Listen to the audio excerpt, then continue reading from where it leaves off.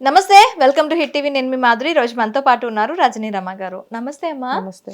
అమ్మ, 10th inter degree లెవెల్లోకి వచ్చేటప్పటికి ఈ ప్రాబ్లం ఉండదు.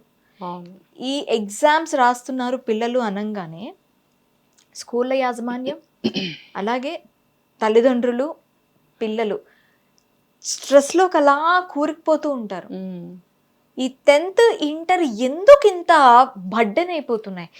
మొదటి క్లాసులకు కూడా అంత బర్డెన్ ఉండదు. అలాగే కొంచెం డిగ్రీకి వెళ్ళి మాస్టర్స్ వైపు వెళ్ళి అసలు వాళ్ళ ఆలోచనే ఉండదు. ఎందుకు ఇక్కడికి వచ్చేటప్పటికి వాళ్ళలో ఆ కంప్లీట్గా డిప్రెషన్ ఎక్కువైపోయి స్ట్రెస్ ఫీల్ అయిపోయి మాకు ఇంత పర్సంటేజ్ కావాలి, అంత పర్సంటేజ్ కావాలి, పర్సంటేజ్లు వెంట వెళ్ళి అసలు ఉన్న నాలెడ్జ్ని కూడా పోగొట్టుకొని ఎందుకు తయారవుతున్నారు? ఇప్పుడు రిజల్ట్స్ వస్తున్నాయంటే భయం వేస్తుంది. ఎక్కడ మళ్ళీ పలానా చోట 2 మార్కులు తక్కువ వచ్చాయనో, 1 మార్కు తక్కువ వచ్చిందనో సూసైడ్స్ చేసుకుంటారు. అసలు మార్క్స్కి ఎక్కువ ప్రయారిటీ ఇవ్వకుండా మనం ఫస్ట్ పాస్ అవుతామా లేదా అని చూసుకోవాలి. ఫస్ట్ స్టెప్లో తర్వాత బెటర్ మార్క్స్ కోసం ట్రై చేయాలి. ఎప్పుడు ఈ ఎగ్జామినేషన్స్ రాసేటప్పుడు అని కాదు, ఈ మనకి ప్రీ ఫైనల్స్ ఒకటి జరుగుతాయి కదా, అప్పుడు మీరు పాస్ అయ్యి మంచిగా చదవండి. మీ ఎఫర్ట్ మీరు పెట్టండి. ఎన్ని మార్క్స్ వస్తే అన్ని మార్క్స్ వస్తాయని మంచి ఎఫర్ట్ పెట్టండి. మీకు మంచి మార్క్సే వస్తాయి. ఒకవేళ మీకు ప్రీ ఫైనల్స్లో తగ్గినట్టు అనిపిస్తే ఇంకా మీకు టైం ఉంటుంది, ఒక 1 month. అక్కడ ఎక్కడైతే మీకు తక్కువ మార్క్స్ అనిపించాయో అక్కడ మీరు ఇంకొంచెం ఎఫర్ట్ పెట్టినట్టయితే, ఫర్ ఎగ్జాంపుల్ మ్యాథమెటిక్స్ లేదా ఇంగ్లీషు మీకు వాటిలో తగ్గుతున్నాయి అనిపిస్తే ఇంకొంచెం ఎక్కువ శ్రమ పడితే మీకు మంచి మార్క్స్ వస్తాయి. ఆ మార్క్స్ తక్కువ వస్తాయి మనకి ఏదో అయిపోతుందని భయపడాల్సిన అవసరం లేదు. ఫస్ట్ అయితే ఇయర్ వేస్ట్ అవ్వకుండా చూసుకోవాలి. ఈ డిప్రెషన్ స్ట్రెస్ ఆ ఏజ్ పిల్లల్లో ఎందుకు అంత ఎక్కువగా ఉంటుంది? ఇది ముందు ఈ 9th క్లాస్ నుంచి కూడా వాళ్ళకు ఉంటుంది. ఎందుకనంటే స్కూల్ వాళ్ళు ఎక్కువ భయపెడతారు. నెక్స్ట్ వచ్చేది 10th క్లాస్ అంటుంటారు. పేరెంట్స్ కూడా అంటూ ఉంటారు. ఎందుకనంటే 10th క్లాస్ అనేది టర్నింగ్ పాయింట్. ఈ 10 సంవత్సరాలు కష్టపడి చదివారు, ఇది గనక ఫెయిల్ అయితే లేదంటే మంచి మార్క్స్ రాకపోతే నెక్స్ట్ ఏంటంటే మనం ఇంటర్మీడియట్లో తీసుకోబోయే సబ్జెక్టు మీద మన ఫ్యూచర్ లైఫ్ డిపెండ్ అయి ఉంటుంది. కాబట్టి ఇప్పుడు ఇంట్లో పేరెంట్స్కి కోరికలు ఉంటాయి. పిల్లల యొక్క తెలివితేటలు సామర్థ్యం గురించి వాళ్ళు ఆలోచించరు అంత ఎక్కువగా. చాలా తక్కువ మంది ఆలోచిస్తారు. సాధారణంగా అయితే మా అబ్బాయి ఇంజనీర్ అయిపోవాలి, డాక్టర్ అయిపోవాలి, ఇంకోటి అయిపోవాలి, సిఏ అయిపోవాలి అనుకుంటారు. మరి ఆ తెలివితేటలు పిల్లవాళ్ళు ఉన్నాయా లేదా అనేది ముందుగా ఆలోచించరు. తర్వాత వస్తే రావచ్చు ఆలోచన, కానీ ముందైతే ఆలోచించరు. అది పిల్లల మీద పెడతారు, నువ్వు ఇది అవ్వాలి అది అవ్వాలి. ఫర్ ఎగ్జాంపుల్ వాళ్ళ ఫాదరో మదరో ఎవరైనా ఆ ప్లేస్లో ఉన్నారనుకోండి, సిఏ అయి ఉండొచ్చు, ఒక డాక్టర్ అయి ఉండొచ్చు. అలాంటప్పుడు నువ్వు కూడా ఇది అవ్వాలి, నా వారసత్వం నువ్వు తీసుకోవాలి అని వాళ్ళ మీద ప్రెషర్ పెడతారు. ఆ అబ్బాయికి తెలివితేటలు ఉన్నా కూడా ఆ సబ్జెక్ట్ మీద ఇంట్రెస్ట్ లేదనుకోండి, వాడు చదవబుద్ధి కాదు, ఇంట్రెస్ట్ లేదు, ఏముంది ఇందులో చిచ్చి అచ్చా అనుకుంటుంటాడు.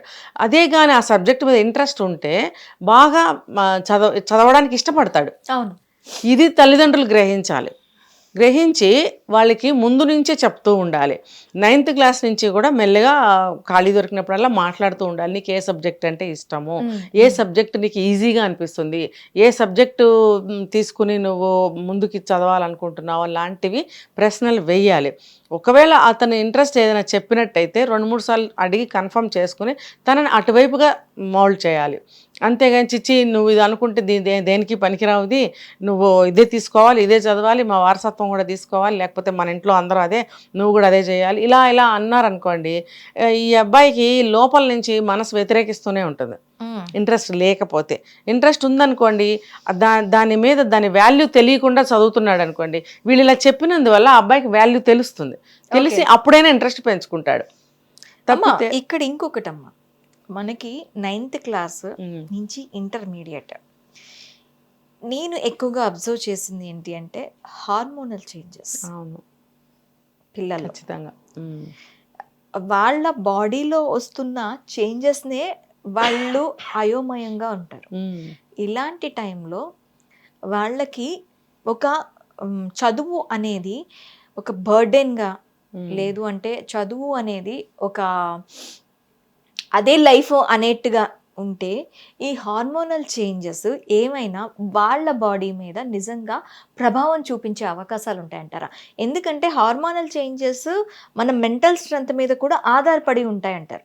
సో ఈ హార్మోనల్ చేంజెస్తో ఈ మెంటల్ ఎబిలిటీని కంట్రోల్ చేసుకుంటూ ఇటు బర్డెన్ని, అటు స్ట్రెస్ని, అలాగే ప్రెషరు, డిప్రెషన్ని ఎలా వాళ్ళు ఓవర్కమ్ చేయగలరు? అసలు ఇలాంటి సిచ్యువేషన్స్లో ఒకవేళ పేరెంట్స్ నువ్వు ఇలాగే చదవాలి, నువ్వు ఇంతే చదవాలి అన్న స్ట్రెస్ మీకు స్కూల్ నుంచి కానీ పేరెంట్స్ నుంచి కానీ వచ్చిందనుకోండి, వాళ్ళు ఎలా ఫీల్ అవుతారు?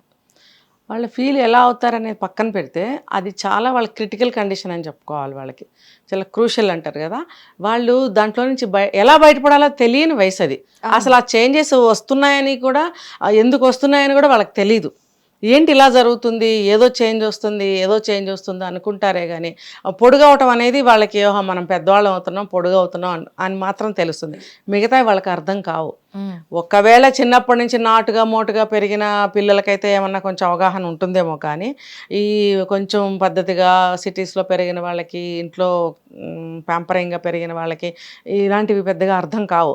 అప్పుడే తల్లిదండ్రులు వాళ్ళని మెయిన్ రోల్ తీసుకోవాలి. ఆడపిల్లలైతే తల్లి, మగపిల్లలైతే తండ్రి. కొన్ని కుటుంబాల్లో తండ్రి అస్సలే పట్టించుకోడు. అప్పుడు తల్లి ఆడపిల్లల్ని మాత్రమే చూసుకోవాలా? కాదు, అబ్బాయిల్ని కూడా చూసుకోవాలి. అమ్మాయిలతో పాటు అబ్బాయిల్ని కూడా చూసుకోవాలి. ఇప్పుడు యాజ్ ఏ మదర్ ఒక పురుషుడు గురించి తెలియకుండా ఉండదు కదా ఆవిడకి.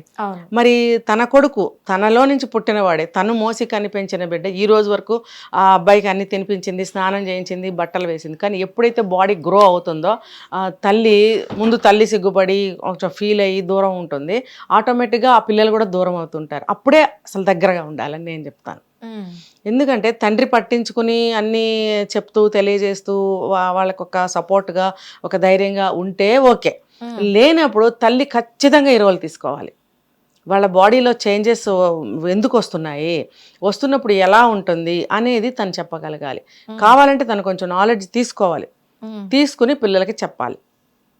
ఈ రోజుల్లో ఇన్ఫర్మేషన్ అనేది మనకి ఎక్కడి నుంచి అయినా దొరుకుతుంది. ముందు తను ఆ నాలెడ్జ్ని గెయిన్ చేసి పిల్లలకి చెప్పాలి. బాడీ ఈ ఏజ్కి ఇలా వస్తుంది, ఈ ఏజ్కి ఇలా వస్తుంది, చేంజెస్ ఇలా ఉంటాయి. ఇప్పుడు బాడీలో కొన్ని పెయిన్స్ కూడా ఉంటాయి వాళ్ళకి. ఆ పెయిన్స్ ఉన్నప్పుడు చెప్తుంటారు, అమ్మ ఇక్కడ నొప్పిగుంది అని ఒక్కొక్కళ్ళు చెప్తారు. ఒక్కొక్కళ్ళు చెప్పలేక ఫేస్లో తెలుస్తూ ఉంటుంది, అనీజీగా ఉంటుంది, చిరాకు పడతారు, ఏది మాట్లాడినా కసురుకుంటూ ఉంటారు, పిలిస్తే దగ్గరికి రారు, దూరంగా తిరుగుతుంటారు. ఇలాంటివన్నీ గమనించగలిగింది తల్లి ఒక్కటే. తండ్రి అబ్బాయిల దగ్గర అయినా సరే అంత దగ్గరగా ఉండలేకపోతాడు.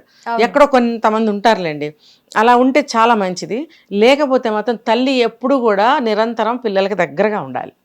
ఉన్నప్పుడు అమ్మాయిలైనా అబ్బాయిలైనా గమనించగలిగే అవకాశం తల్లికి మాత్రమే ఉంటుంది. కాబట్టి ఏదైనా సరే చెప్పగలిగే అర్హత కూడా తల్లికే ఉంటుంది. చెప్పడానికి సిగ్గుపడటము, ఫీల్ అవ్వడం లాంటి తల్లి ఎప్పుడూ చేయకూడదు. చేసిందంటే ఆ దూరం మళ్ళీ మనం చచ్చిపోయే వరకు ఆ దూరం పిల్లలకి మనకి ఉంటూనే ఉంటుంది. ఎప్పుడైతే మనం ఆ పోర్షన్ తీసుకుంటామో ఆ పాత్రని, మనం చచ్చిపోయే వరకు పిల్లలతో బాండ్, అటాచ్మెంట్ అలాగే ఉంటుంది.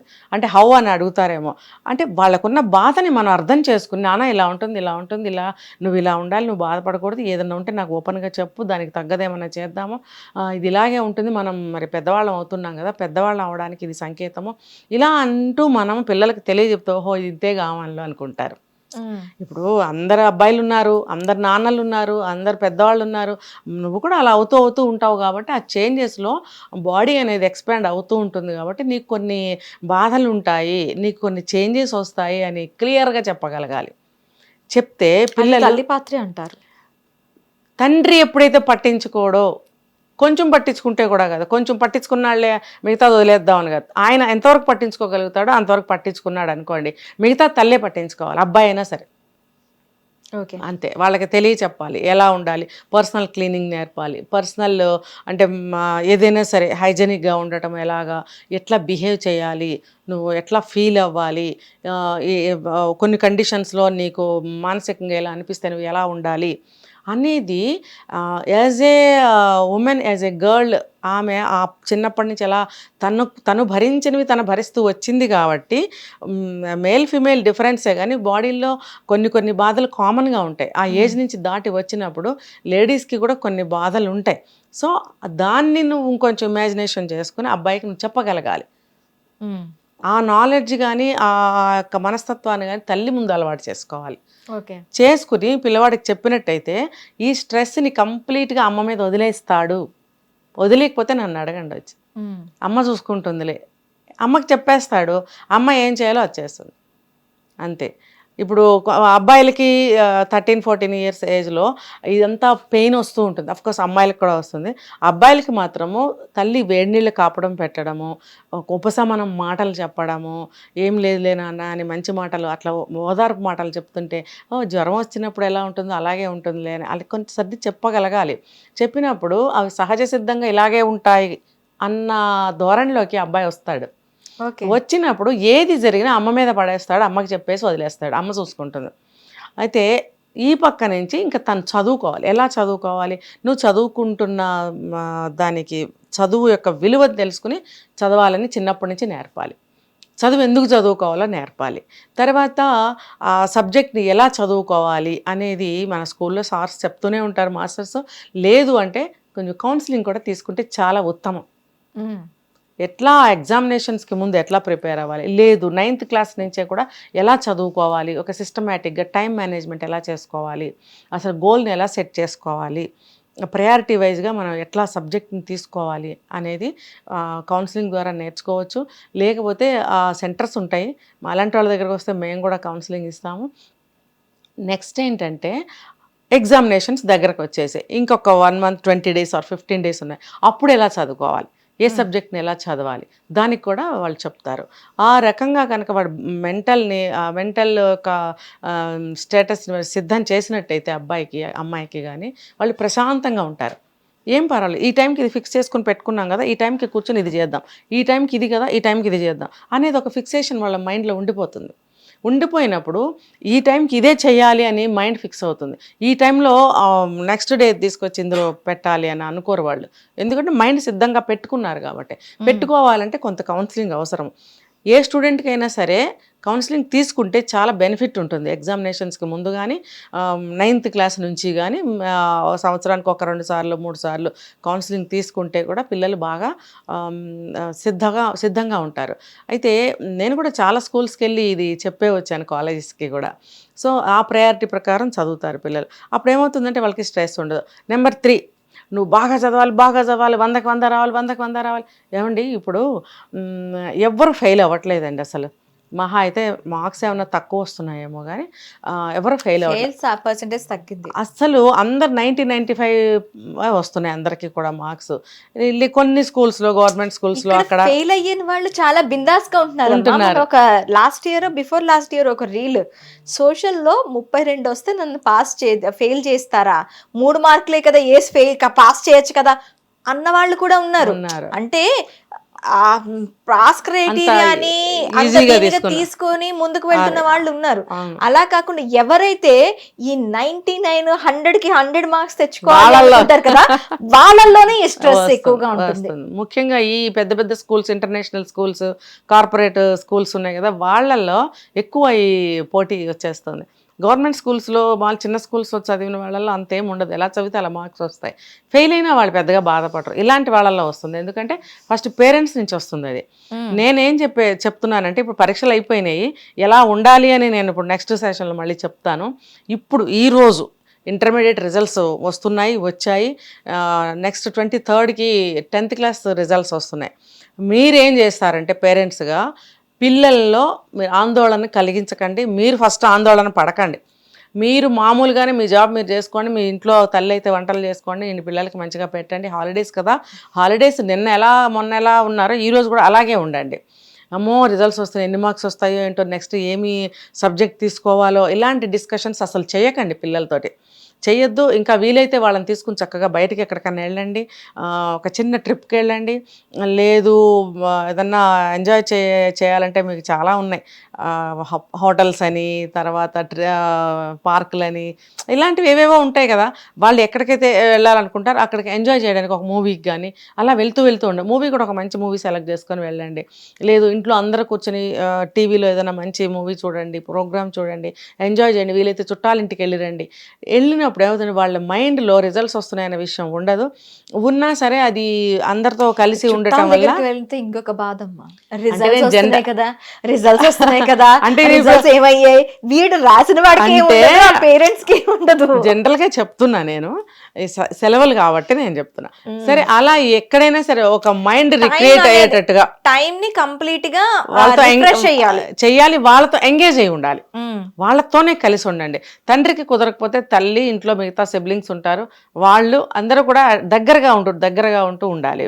తర్వాత ఒకవేళ పిల్లవాడు భయపడుతున్నట్టుగా ఒక మాట అంటే కూడా తీసి పక్కన పెట్టినానా, నీకు బ్రహ్మాండంగా మార్కులు వస్తాయి, అదేం రాకపోయినా నష్టమేం లేదు, ఇప్పుడు పాస్ అయితే చాలు, పాస్ అవ్వకపోయినా పర్వాలేదు, నెక్స్ట్ ఇంకో ఛాన్స్ వస్తుంది, ఇలా చెప్తూ ఉంటే వాళ్ళు ఓ మమ్మీ డాడీ అంత ఇదిగా లేరులే నా మార్క్స్ విషయంలో అని వాళ్ళకు కూడా కొంచెం మైండ్లో కాస్త నరాలు బీసుకుపోయి ఉంటాయి, వాళ్ళకి కొంచెం అది లూజ్ అవుతుంది. అయినప్పుడు వాళ్ళు కొంచెం ఈజీగా ఉండగలుగుతారు. లేకపోతే స్ట్రెస్లో ఉంటారు, తిండి తినలేరు, మాట్లాడలేరు, భయపడుతూ ఉంటారు. ఆ భయాలన్నీ కూడా తీసేయాల్సిన బాధ్యత ఇంట్లో మెంబర్స్దే అని నేను చెప్తాను. ఇప్పుడు రిజల్ట్స్ వస్తున్నాయి కాబట్టి ముఖ్యంగా తల్లిదండ్రులు ఈ జాగ్రత్తలు తీసుకోండి, పిల్లలతో దగ్గరగా ఉండండి, వాళ్ళ ఆలోచనలకు కూడా మీరు దగ్గరగా ఉండండి, వాళ్ళ మనోభావాల్ని బాగా పంచుకోండి, వాళ్ళతో కలిసి తిరగండి. రిజల్ట్స్ వచ్చిన తర్వాత కూడా మీరు వాళ్ళతోనే ఉంటూ ఉండాలి కొంతకాలం పాటు. ఒక మంచిగా వాళ్ళకు ఒక సబ్జెక్ట్ని డిసైడ్ చేయండి. ఫెయిల్ అయితే ఎవ్వరు అవ్వరండి, అందరూ ఇది డ్యామ్ షూర్, ఎవ్వరు కూడా ఫెయిల్ కారు. వాళ్ళ మార్కులు తక్కువ వచ్చేంత మాత్రాన వాళ్ళు వేరే సబ్జెక్ట్ చదవలేరని ఏమి ఉండదు. ఇప్పుడు తక్కువ మార్కులు వచ్చిన వాళ్ళు కూడా మ్యాథమెటిక్స్లో ఎంపీసీ తీసుకుని వెళ్ళగలుగుతారు, బైపీసీ తీసుకుని డాక్టర్లు అయిన వాళ్ళు ఉన్నారు, 35 మార్క్స్ వచ్చిన వాళ్ళు కూడా డాక్టర్లు అయిన వాళ్ళు ఉన్నారు. మరి తర్వాత వాళ్ళ స్కిల్స్ పెరుగుతాయి, వాళ్ళ ఆలోచనలు పెరుగుతాయి. ఎలా అంటే అరే నేను ఇప్పుడు 10th అయిపోయింది, పాస్ అయితే చాలు, ఎంత గర్వం వస్తుందంటే పిల్లలకి, ఫుల్ హ్యాపీ ఉంటారు వాళ్ళు. అరే మనం 10th అయిపోయింది, కాలేజీకి వెళ్తున్నాం, ఆ హ్యాపీనెస్ ఉండనిద్దాం. మార్కులు ఇంకా ఎక్కువ వస్తే బాగుండేది, ఇంకో 2 వస్తే నీకు ఆ సీట్ అది వచ్చేసేది కదా, అలా అనకండి, అలా మాట్లాడకండి. వాళ్ళకి వస్తుంది, వాళ్ళ ప్రయత్నాన్ని బట్టి వస్తుంది, లేకపోతే మనకి ఎన్నో ఆప్షన్స్ ఉన్నాయి, ఆల్టర్నేట్స్, వేరే ఏదైనా తీసుకోవచ్చు, అబ్బాయికి ఇష్టమైంది చదివించవచ్చు, అది ఇంట్రెస్ట్ ఉన్న దాంట్లోకి పంపించండి, దాని గురించి మాట్లాడుకోండి, చక్కగా మంచి ఫుడ్ పెట్టండి, హ్యాపీగా ఉండేటట్టు చూడండి. తర్వాత నెక్స్ట్ ఇంటర్మీడియట్కి వచ్చినప్పుడు ఈ 2 నెలల్లో వాళ్ళకి ఏదైనా కోచింగ్ కూడా ఇప్పించండి మీరు. తప్పేంటి, ఒక చదువు గురించి ఎందుకు ఇప్పించాలి, ఏదైనా నేర్పించండి. ఆ అబ్బాయికి ఇష్టమైతే క్రికెట్లో జాయిన్ చేయండి, లేకపోతే మ్యూజిక్కి ఇష్టం అంటే 2 నెలలు ఏం నేర్చుకుంటావులే, అక్కర్లే 2 నెలలు ఏం నేర్చుకుంటాడనేది పక్కన పెడితే అతను ఒక జస్ట్ ఫర్ చేంజ్ లాగా వెళ్తాడు కదా, ఈ స్ట్రెస్లో నుంచి వేరే వాతావరణంలోకి వెళ్తాడు కదా, అలా అతనికి వేరే వాతావరణాన్ని కల్పించాలి. ఇష్టమైతే డాన్స్ నేర్పించవచ్చు, పిల్లలు అబ్బాయిలందరూ ఒక మంచి డాన్స్ నేర్చుకుంటున్నారు, మ్యూజిక్ నేర్చుకుంటున్నారు, ఏదైనా ఒక ఇన్స్ట్రుమెంట్ నేర్చుకుంటున్నారు, అటువంటి బోల్డ్ వస్తున్నాయి ఇప్పుడు ఇన్స్టిట్యూట్స్, మ్యూజిక్ నేర్పిస్తామని అదని ఇదని చాలా వస్తున్నాయి. లేదంటే చెస్ నేర్పించండి, ఒక గేమ్ నేర్పించండి, ఎంత మీకు వచ్చుంటే మీరు అందరూ కూర్చుని ఆడుకోవచ్చు. లేకపోతే చిచ్చి ఎప్పుడు ఇంట్లో వాళ్ళతోనే అనుకుంటే ఎక్కడైనా జాయిన్ చేయండి. ఇప్పుడు రామకృష్ణ మిషనరీ ఉన్నాయి మఠాలు, అక్కడ సమ్మర్ క్యాంప్స్ జరుగుతూ ఉంటాయి, ఒక 15 days 20 days 1 month జరుగుతూ ఉంటాయి బ్యాచ్ వైజ్గా, అక్కడ జాయిన్ చేయండి. అసలు లైఫ్కి కావాల్సిన వాల్యూస్ అన్నీ కూడా నేర్పుతారు అక్కడ. ఒక్క 15 days మీరు జాయిన్ చేయండి, ఫ్రీ, మీరేం డబ్బులు కట్టక్కర్లేదు, చక్కగా రోజు మీరు కూడా వెళ్ళొచ్చు. పేరెంట్స్ వెళ్ళండి, వెళ్ళి చక్కగా అక్కడ అన్ని అటెండ్ ఒక మార్నింగ్ ఒక 1 hour 2 hours ఉంటుంది, అందరూ వెళ్ళండి. ఒక ఫాదర్కి వీలు కాకపోతే మదర్ వెళ్ళండి, అక్కడే మీకు బ్రేక్ఫాస్ట్ కూడా పెడతారు, అక్కడ తినండి, పిల్లల్ని అక్కడ జాయిన్, మీకు కూడా మైండ్ ఎంతో బ్రాడ్ అవుతుంది, మన ఆలోచనలు మారుతాయి, మన ఒపీనియన్స్ మారుతాయి, ఎంతో ఆత్మస్థైర్యం వస్తుంది ఆ మాటలతోటి వింటే. సో ఇలాంటివి ఎన్నైనా చేయొచ్చు. అంతే ఇంట్లో కూర్చోబెట్టి ఎక్కడికి వెళ్ళకు, రిజల్ట్స్ వస్తున్నాయి, వాళ్ళు అడుగుతారు వీళ్ళు అడుగుతారు, ఇందాక మీరు అన్నారు కదా చుట్టాలు, నన్ను అడిగితే అలాంటి చుట్టాలకి అలాంటి వాళ్ళకి ఎదురెళ్ళమని చెప్తా నేను.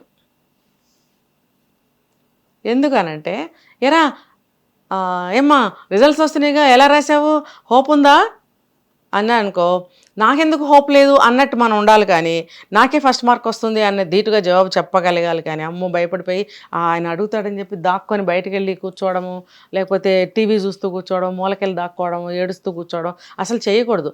అలా అడిగే వాళ్ళకి ప్రతిరోజు ఎదురెళ్ళమని చెప్తా నేను. అదొక ఇన్స్పిరేషన్గా తీసుకోండి. కొంతమంది అంటారు, నువ్వు ఆ మధ్య అసలు బాగా చదవలేదు, మీ నాన్న చాలా దిగులు పడ్డాడు, మరి మరి ఇలా అయితే ఎట్లా రా, ఏం బాగుపడతావురా నువ్వు అని కొంతమంది పెద్దవాళ్ళు పిచ్చి పిచ్చిగా మాట్లాడతారు.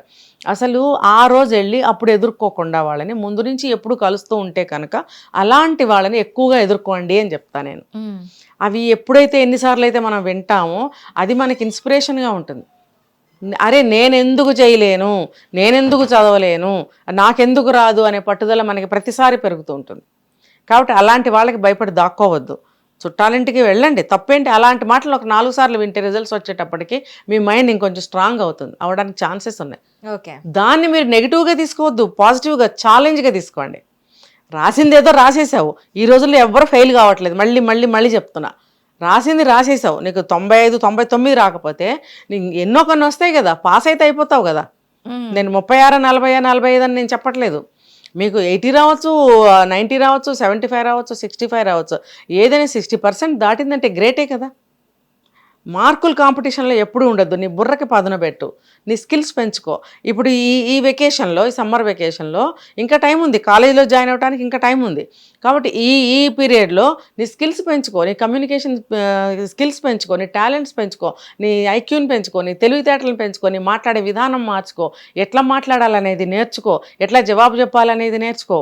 ఇంత అవకాశం ఇన్ని విషయాల్లో నీకున్నప్పుడు అమ్మో మార్కులు తక్కువ వస్తాయని నువ్వు ఏడుస్తూ కూర్చోవద్దు. మీ అమ్మా నాన్నలు, ఆ తల్లిదండ్రులు, మీరందరికీ చెప్తున్నాను, మీరందరూ కూడా ఇదే మైండ్ సెట్తో ఉండండి.